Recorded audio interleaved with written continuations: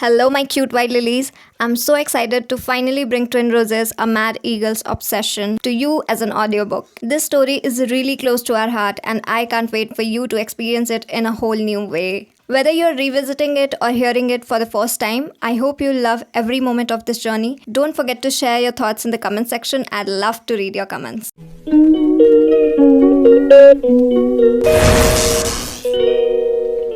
Surely, love can change everyone, but not me. As soon as landed at the Mumbai airport, the handsome guy with a sarcastic smile on his lips thought this first thing in his mind. In appearance, the age of that guy was about 25 years, fair complexion, tall, sunglasses on eyes, expensive watch in hand and blue custom-made suit. The guy was looking very charming. Ever since his arrival, there had been a lot of commotion at the airport. Whoever saw him at a glance could not live without praising him. Then, holding the guy's left arm, someone said to him in a horrified voice, "Nishkash, I don't think I'll be able to do it. I won't." This guy was Niskarsh Bedi, the younger son of Bedi family who had just set foot in India after years. As soon as he heard this from the beautiful girl walking right next to him, a fire of anger started appearing in Niskarsh's eyes. Niskarsh held the beautiful girl's face in the palm of his right hand and gritted his teeth angrily and said, "I'm not used to listening. I didn't bring you here on your own wish. I brought you here on my own wish. So just do as much as I tell you." That girl was in a lot of pain. Her lake-like eyes were filled with tears. She said nervously, "But I'm scared. What if?" Niskarsh said in between, tightening his hold on her cheek. "Just shut up. You have come here with Niskarsh Bedi, so you don't have to fear anyone." He paused for a while and smiled sarcastically. "Except me. Got it?" Tears rolling down the girl's eyes, and she said in fear, Understood. Please leave me. It's hurting a lot. Please." Hearing this consent from the girl's mouth, Niskarsh released her and said in a threatening tone, "Don't make any mistake in front of the family. One small mistake and your death. Got it?" The girl said, trembling with fear. Niskarsh taking that girl, he got into the car and then extended the tissue paper towards her and said, "Clean your tears and fix your appearance." That girl was also trembling. She took the tissue paper from Niskarsh's hand and wiped her tears. Here at Bedi mansion, there was a hustle and bustle everywhere. Shailesh ji said to his wife, "Anamika, are you sitting here comfortably reading the magazine? Manvi must be coming. Do you have any idea or not?" Anamika didn't take her eyes off the magazine and said, "Your son has sent the car. All the servants in the house are making all the preparations for your lovely Manvi. Is that not enough? Now everyone can't seem to welcome that queen, can they?" Hearing such words from Anamika's mouth, Shailesh ji shouted angrily, "Anamika, you are talking about a future daughter-in-law. Mind your tongue before using it." There was no effect on Anamika. Keeping her eyes fixed on the magazine, she said, "That's why I stopped using my tongue. Neither my husband nor my son listens. So on whom should I use it?" Before Shailesh ji could answer Anamika's words, a voice came from near the door. "Mr. Bedi, how are you?" On looking towards the door, Shailesh ji found that Manvi's dad Anand ji had arrived. He moved toward the door and hugged Anand ji and said, "Mr. Arora, I'm absolutely fine. Since your daughter is gone, you have forgotten us." Coming inside, Anand ji smiled and said, "Now she's our daughter less and your daughter-in-law more. That's why she's coming here straight from the airport." Anamika got up from her seat and said, "Well, I have to attend an inauguration in the evening, so excuse me." Seeing her leaving, Shailesh ji said, "Anamika, don't you have a little manners? After so many days, our daughter-in-law..." Before he could finish his words, Anamika had gone towards her room, completely ignoring his words. Seeing her such behavior, Shailesh ji said in front of Anand ji a little embarrassedly, "I apologize on behalf of Anamika. Don't know what is her problem with Manvi." Anand ji said, "Look, Mr. Bedi, I have no problem with Anamika ji. As long as my daughter is your daughter-in-law and our partnership is going on, till then, I have no problem with anything." Just then, a voice echoed in the hall. "Don't worry about it, Mr. Arora. As long as Manvi is mine, no one can break this partnership. But only as long as Manvi is mine." Abhiman Bedi came from the other side and said while sitting on the sofa. Abhiman was also very handsome in appearance. Millions of girls used to die on him. He had many girlfriends in the past. He may have appeared to be a good gentleman, but in reality, he was a playboy. He had been infatuated with Manvi ever since he saw her during a business party. He was obsessed with making Manvi his own. It was him who lured Anand ji into business and in return got engaged to Manvi about 2 years ago. In his words just said, there was less talks and more of a warning. Hearing such tone of him, Shailesh said, Abhiman, what a way of talking is this? Why do you call him Mr. Arora? It's been 2 years since you got engaged to Manvi. Can't say dad. Abhiman said with a sarcastic smile. No dad, until I get married to Manvi, I cannot call him dad. What if his daughter ran away from the mandap? Like 2 years ago, she ran away from the country on the pretext of pursuing further studies. Shailesh said in anger. Abhiman. Anandji said with a fake smile on his lips. No problem, Mr. Bedi. They are children. They all keep thinking. And what are you talking about, Abhiman? Manvi is only yours. She'll always be yours. Abhiman said with a devilish smile on his face. Sounds good.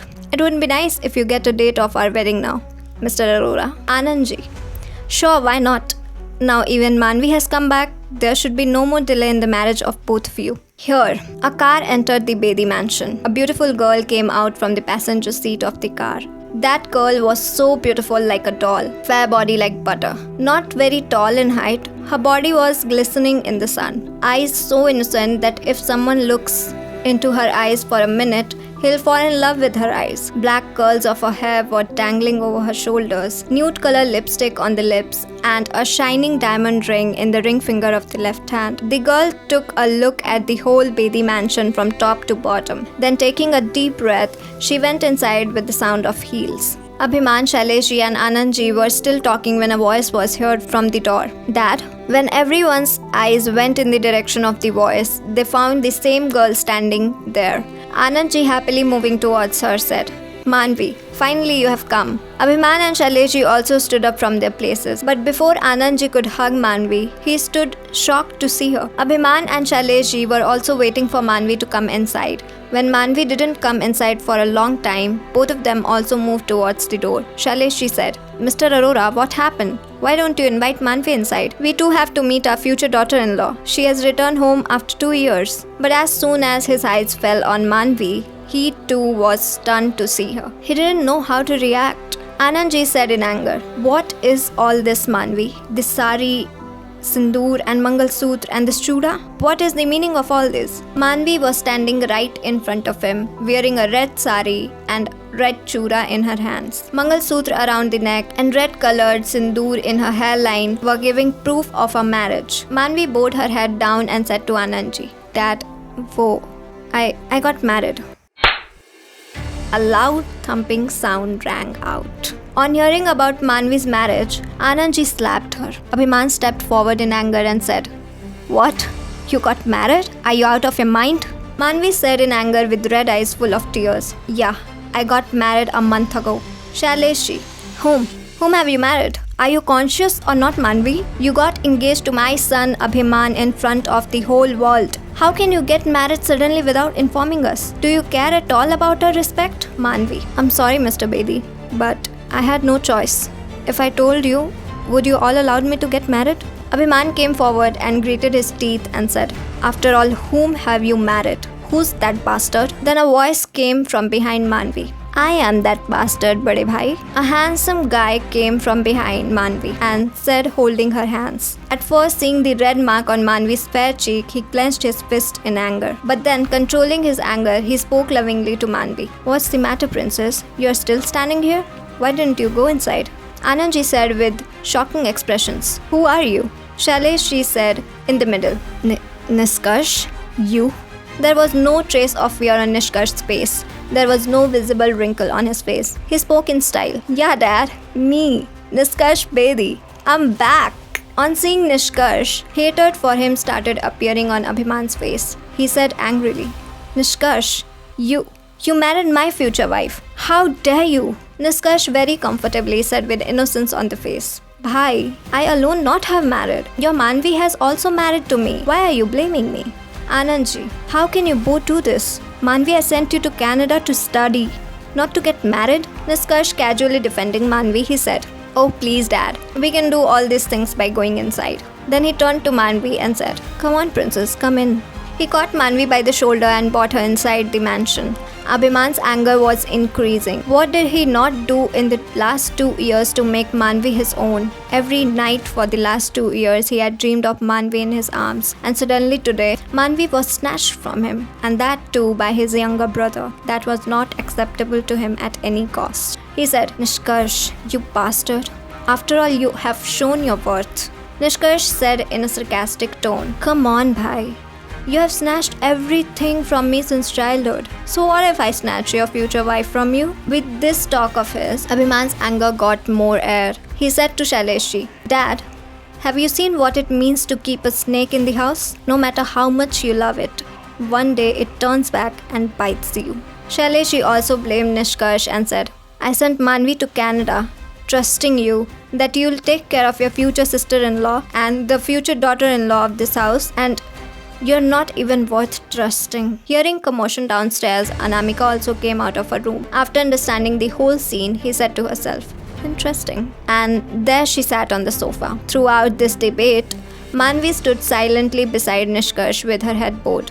Nishkash, holding Manvi's left hand, said, Oh please, Dad. Manvi's still your daughter-in-law. Just your younger son has switched to your elder son. What's the big deal? Just relax. Anandji came forward and grabbed Manvi by her shoulder and said, How can you do this to me? To your dad, Manvi? While marrying this guy, you didn't even think of me once? Niskarsh pressed Manvi's palm hard and then released it. Manvi understood what to do. She said, Dad, when you fixed my engagement with this Abhiman Bedi for profit and business, did you think of me then? When you didn't value my decision at that time, so now why should I care? I never wanted to marry Abhiman, but under your pressure, I got engaged to him. When I couldn't tolerate you and your torture, I went to Canada. When you didn't think of me even once, why should I think of you now? I fell in love with Nishkash in these 2 years and I got married to him. Anandji's anger was on 7th sky as soon as he heard the truth from Manvi's mouth. Once again in anger, he proceeded to slap Manvi and said, You are impossible. Manvi closed her eyes in fear, but after a while, a voice reached her ears and she slowly opened her eyes. He saw that Anandji was just about to slap her, but before he could reach Manvi, Nishkash had already appeared in front of her and, stopping Anandji's raised hand in anger, he said angrily, Don't you dare. If you touch my wife again in any way, I'll cut off your head. If I hear you speak bad about her, I'll cut off your tongue. If you dare to even think about hitting her ever again, I'll cut off your fucking head. Am I clear or am I clear? That's it for today's episode, Lilies. Let me know your favorite part in the comments and stay tuned for the next one. If you enjoyed this, don't forget to check out my Pratilipi account where this story continues in written form along with many other novels of mine that you might love.